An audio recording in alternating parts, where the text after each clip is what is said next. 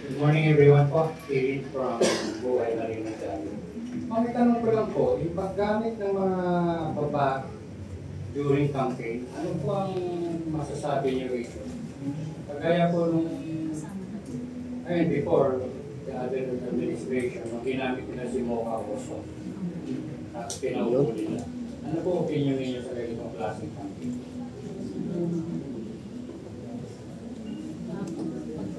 Sorry po, paggamit saan?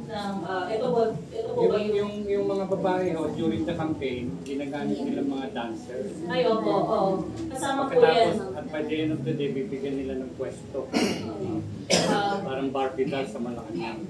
Meron pong ginanggit kailan lamang yung Dance Goods and Gold. Actually, sa akin po ay 4G, kasama po yung girls. No? Yung tuwing election talaga, hindi lang dance goods and gold na ginagamit, maski po yung mga kababaihan, maski po girls. At yung katulad po nung binanggit namin kanina, kasama po doon talaga sa ano namin, no, parang yung binanggit na kanina ni Cham, no, na laging ginagamit ng kababaihan bilang source ng entertainment tuwing election, gano'n.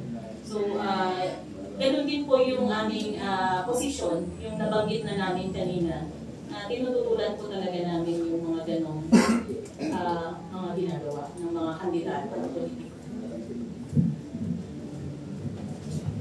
Kasi at my age na dinaan ng eleksyon, wala akong sumisita sa mga campaign, sa mga campaign nito, kasama mga babae sa stage. Actually, nag-release po kami ng mga statements, so hindi lang po siguro tawag dito lumalabas sa inyong mga pero naglalabas po, consistent po ang CWR na nag-release po ng statements para i-call out po yung mga candidates na ginagawa po yun. Maski po doon sa mga previous elections. Ngayon nga po, pati lalaki nagsasayaw na, kagaya ni Bibilia. Nalo, buto na. Dati babae na, pati lalaki.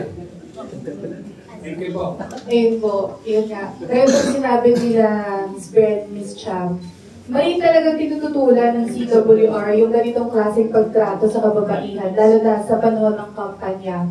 Dahil halimbawa yung pag pinagsasayaw sila sa entablado, suot yung mga maiksing damit, sexing damit, ay bahagi siya ng pagnonormalisa doon sa pambabastos sa kababaihan. Alam natin na kahit pa paano may inabot na yung pagsusulong ng karapatan ng kababaihan. Kaya parang yung mga ganitong gawain, hold back tayo o binabalik tayo doon sa yung pagnonormalisa nga nung pambabastos sa kababaihan. Pero kaya naniniwala ang Center for Women's Resources na panuhan man ang kampanya o hindi, pero lalo na during campaign season ay dapat binibigyan ng dignidad o tinatrato ng may dignidad ang kababaihan.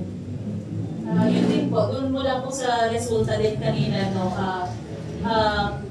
binanggit po yun na pressing issue ng kababaihan, yung usapin po ng violence against women at saka yung yung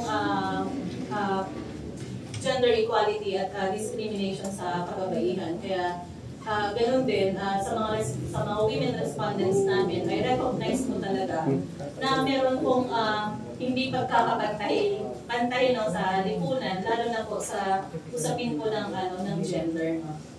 Ayun lang.